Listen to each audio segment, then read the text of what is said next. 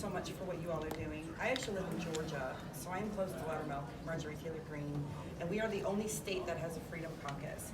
What can we personally do in Georgia and across the country to push them, and McCarthy, as he has said, to really do a full-blown call to action across the nation? Because we will do that. No, I agree with Ivan. I do think Speaker McCarthy is malleable. I think that was the one thing that was soft in that, and particular congressman to apply pressure to McCarthy.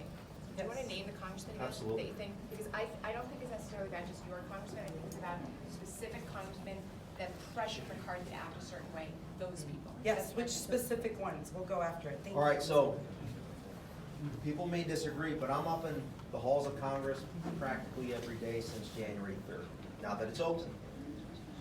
I would say our top, so you have, I'm gonna break it down. You have 22 Republicans in the House. You have 6, what are the 6 that never voted for Kevin McCarthy. That's where we start. The thing is, once you do the motion to vacate, you need 5 total, meaning 1 and 4 others, to literally block Kevin McCarthy from retaining his speakership. So who are they? I'd say Lauren Boebert, I would probably give her the tiebreak on having the courage. I like to say this, dynamite comes in a small package.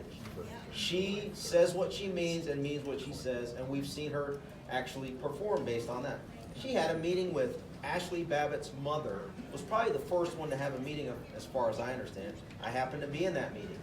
And she's serious. I mean, when Nikki Whithoff is at the hearings, she is breathing. So I'd say Lauren Boebert has a big enough voice and is independent enough and part of the Freedom Caucus to say her piece and do it in a very effective way. Matt Gaetz here from Florida as well, number 2. And I get it, everyone's busy. But guess what? The priority level shifts when, I don't know how many people are watching right now, but when 10 million people are demanding the same thing, 100 million people are demanding the same thing, but yet it's not coming from faux news, that's a demand signal that they have to respond to. Because if they don't, we are now organized. They've been able to delay us for 2 years by breaking us apart, by censoring us. Guess what? We've created new platforms. You can't do that anymore. Let's keep going. Yeah. So those are the top 2. And then who are the other 4? I would say some of the quieter ones that are probably willing to do something like this, but don't have a big enough voice, is Congressman Eli Crane. Arizona, if you saw his testimony yesterday, he's serious. He's on our side. Let's see, Bob Good from Virginia, okay? Matt Rosendale from Montana, okay? I'm missing 1. And then, so, I think I mentioned, what, 4 or 5? There's 1 more, and I'm horrible. Who is it? Andy Biggs. Absolutely, absolutely. Arizona, Andy Biggs. Those are your 6, Real Team 6 members. And from there, they're part of the core of the Freedom Caucus, which is a little bit over 40 members of the House.